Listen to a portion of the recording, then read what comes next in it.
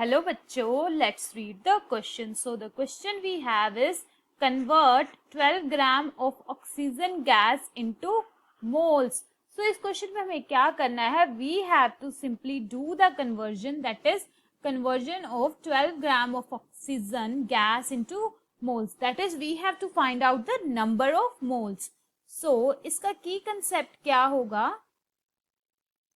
We have to find out the number of moles and number of moles will be equals to given mass divided by molar mass.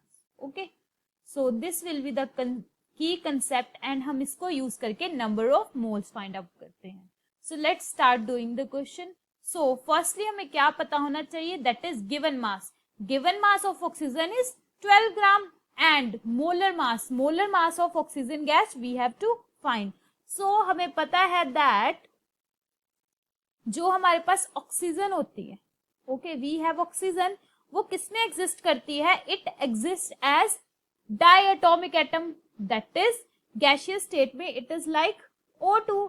सो जो molar mass होगा O2 का, that is molar mass of O2. It is equals to 16 multiplied by 2, that is equals to 32 gram पर मोल. वो कैसे हुआ?